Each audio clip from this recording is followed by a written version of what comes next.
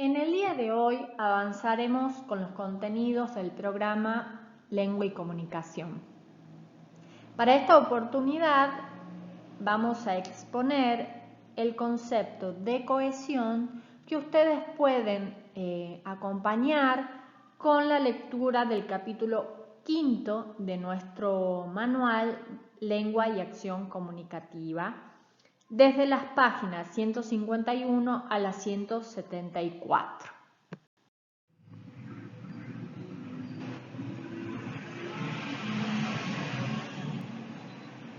¿Qué es la cohesión? ¿Cómo la podemos definir? Entre los autores que tomaremos en este capítulo 5 de nuestro manual está la propuesta de Beaugrand y Dressler, que señalan que la cohesión establece las distintas posibilidades en que pueden conectarse entre sí los componentes de la superficie textual. Es uno de los 7 criterios de textualidad y, junto con la coherencia, es un criterio centrado en el texto, como hemos visto anteriormente. Otra definición ya clásica es la de Halliday y Hassan. La cohesión es entendida como un conjunto de medios lingüísticos que posibilitan los lazos dentro de la oración y entre oraciones. Y por último, el manual retoma la definición de Martínez-Zucardi, que entiende a la cohesión como una relación semántica entre un elemento de un texto y otro que depende de él para su interpretación. ¿Qué es la cohesión? ¿Cómo la podemos definir?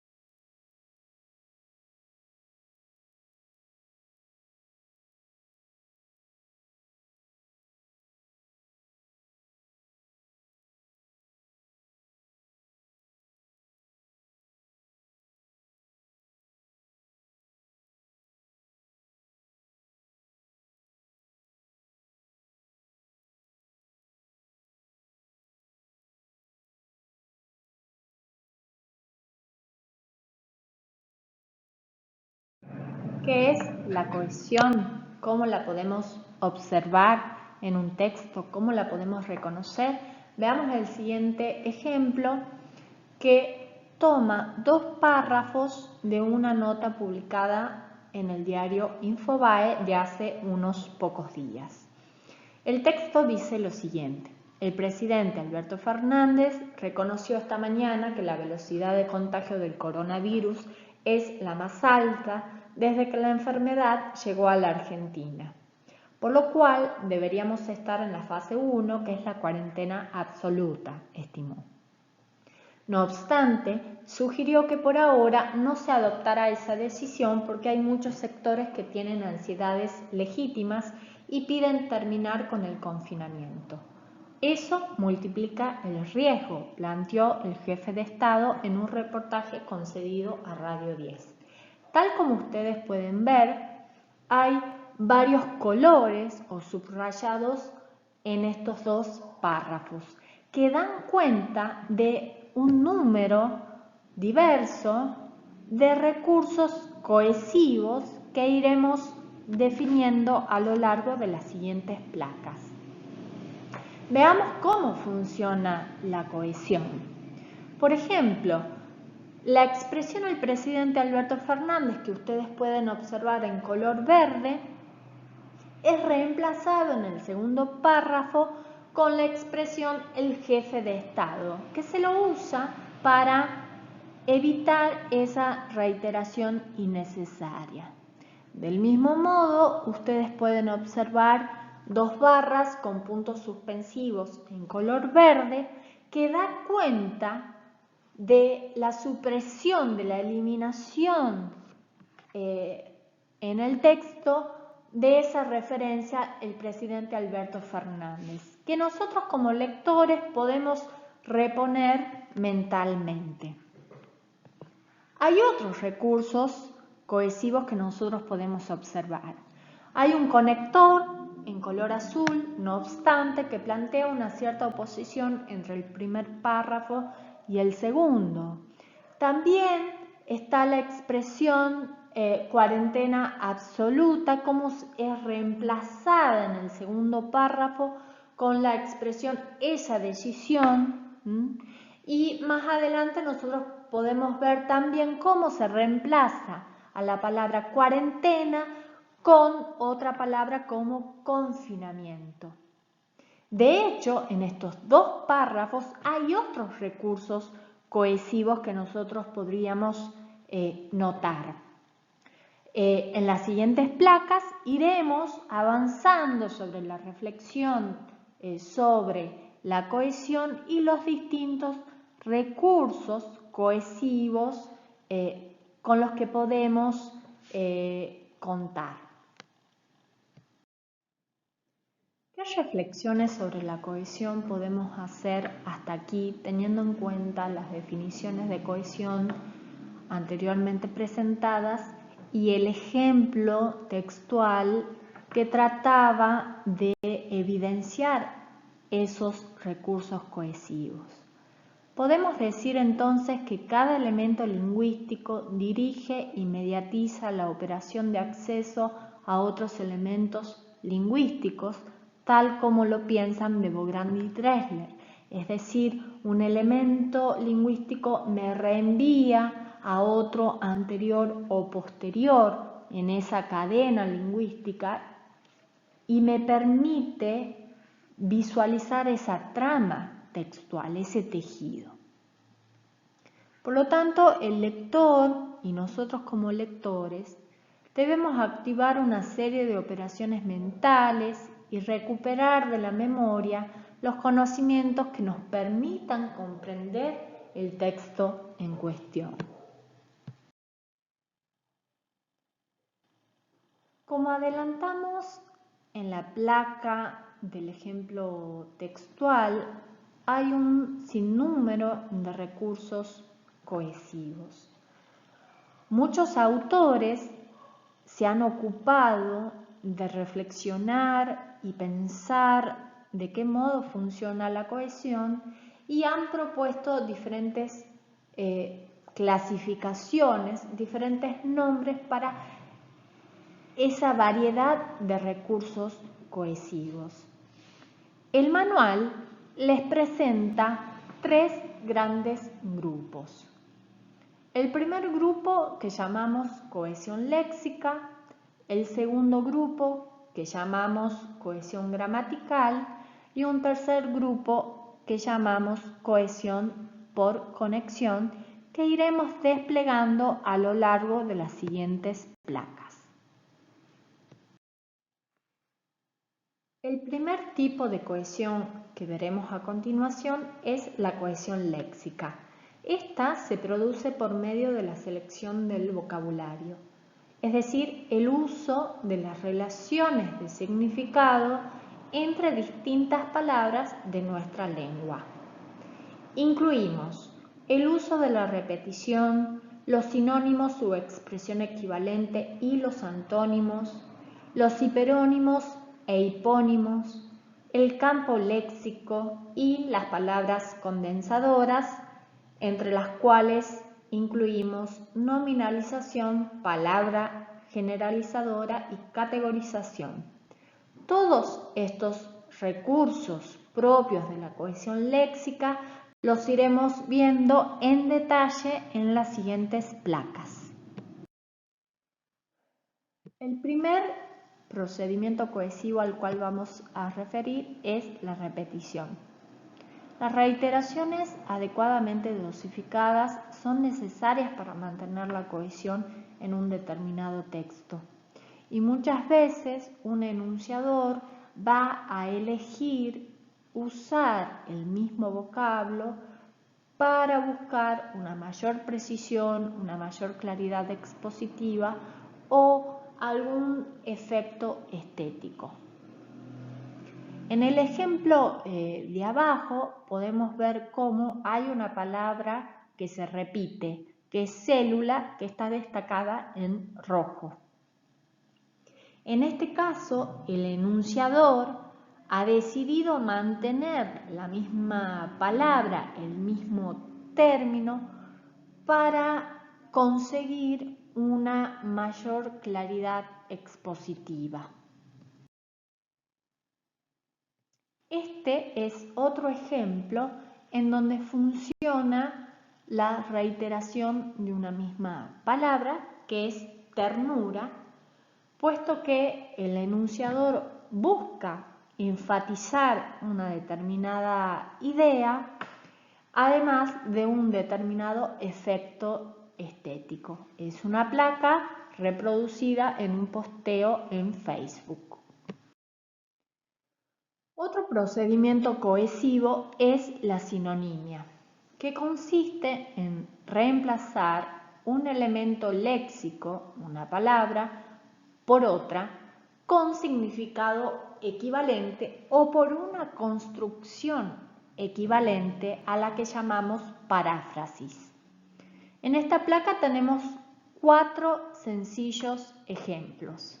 El primero que dice: el ministro tiene aspiraciones presidenciales, el funcionario confía en su triunfo. Ministro y funcionario funcionan como sinónimos. En el segundo ejemplo dice: salieron de vacaciones hacia la casa de la playa. Cuando llegaron, la vivienda estaba ocupada por intrusos. Casa y vivienda funcionan como sinónimos o palabras equivalentes. El tercer ejemplo dice: la globalización es una realidad, el fenómeno del mundo interconectado invade nuestras vidas. Para evitar la reiteración de la misma palabra, globalización, usamos una construcción equivalente o paráfrasis que reemplaza a esa palabra anteriormente dicha. Fenómeno del mundo interconectado refiere a globalización y funciona como una construcción que además describe a esa palabra globalización. El cuarto ejemplo, que dice: el 5% de la población escolar padece dislexia en nuestro país. Este trastorno de aprendizaje tiene su origen a nivel cerebral. Trastorno de aprendizaje, esa construcción equivale o reemplaza a dislexia. Recordemos aquí el primer ejemplo que usamos para pensar y definir qué es la cohesión. En esa nota de Infobae nosotros habíamos observado el uso de diversos procedimientos cohesivos que no habíamos nombrado todavía. En ese breve fragmento nosotros podemos identificar ahora el uso de sinónimos o expresiones equivalentes. En color verde nosotros podemos leer el presidente Alberto Fernández, expresión que es reemplazada por esa paráfrasis del jefe de Estado. De igual modo, la expresión cuarentena absoluta en color rojo es reemplazada en el segundo párrafo por el uso del sinónimo de confinamiento. El uso de antónimos permite establecer oposiciones entre diversos vocablos o posturas que manifieste el texto y sirve para remarcar esos contrastes.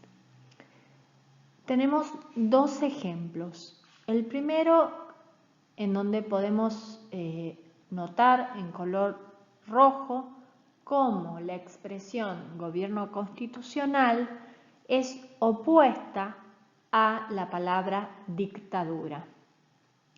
En el segundo ejemplo podemos observar cómo la palabra víctima y femicida en color violeta se oponen en sus sentidos. El tipo de cohesión léxica incluye el uso de hiperónimos e hipónimos, en donde se establece una relación entre una palabra, el hiperónimo, que designa un conjunto. Se trata de un término general, supraordinado, incluyente, y los elementos de ese conjunto, los hipónimos, que refieren a esos elementos incluidos subordinados. Podemos observar dos ejemplos a continuación. En el primero, la palabra electrodomésticos funciona como hiperónimo de heladera o televisor. Podríamos agregar licuadora, cafetera, etcétera, etcétera, en ese conjunto de electrodomésticos.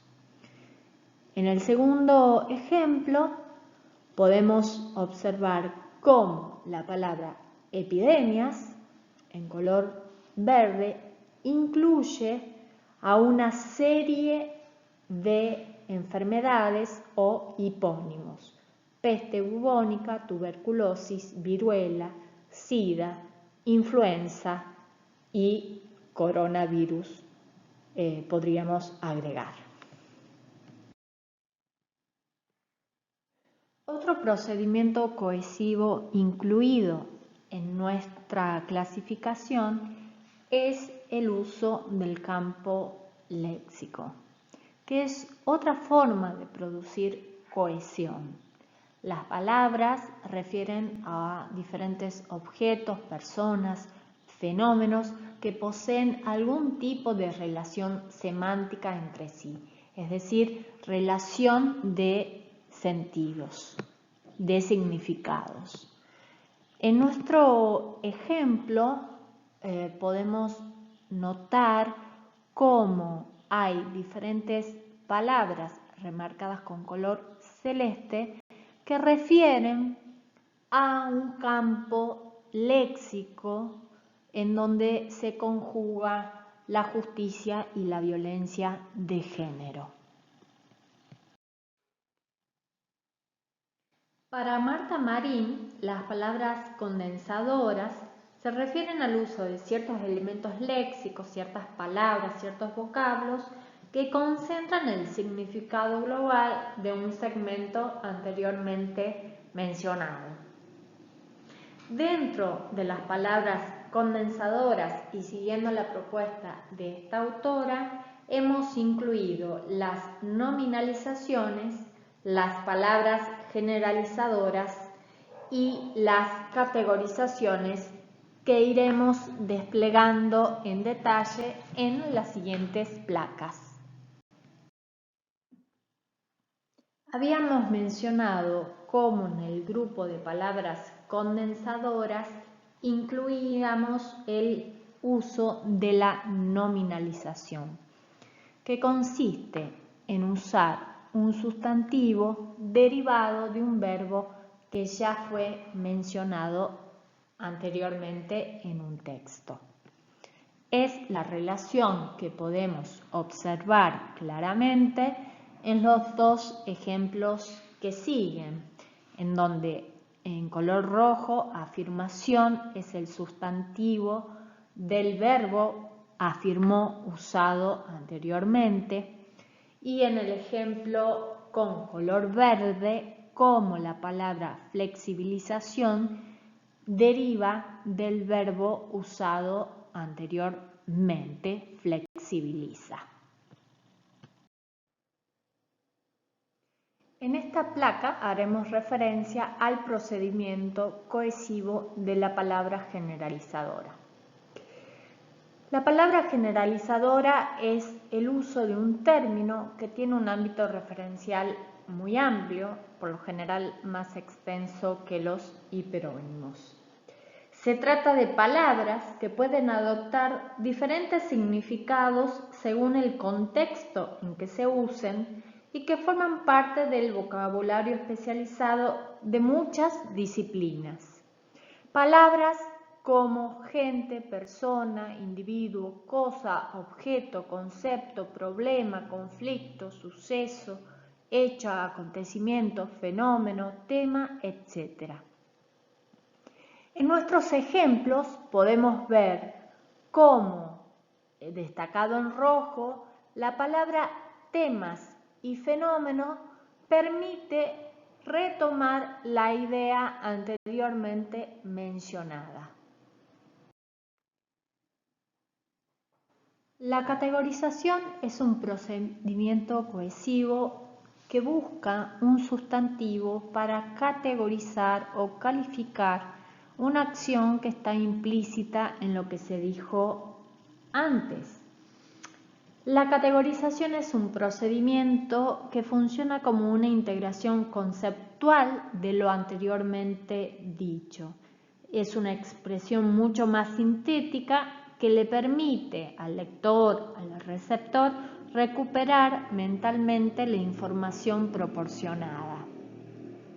En los dos ejemplos que siguen podemos ver cómo la palabra compromiso recupera lo anteriormente dicho y cómo, en el segundo ejemplo, la palabra donaciones permite recuperar una idea sintética de lo anteriormente mencionado.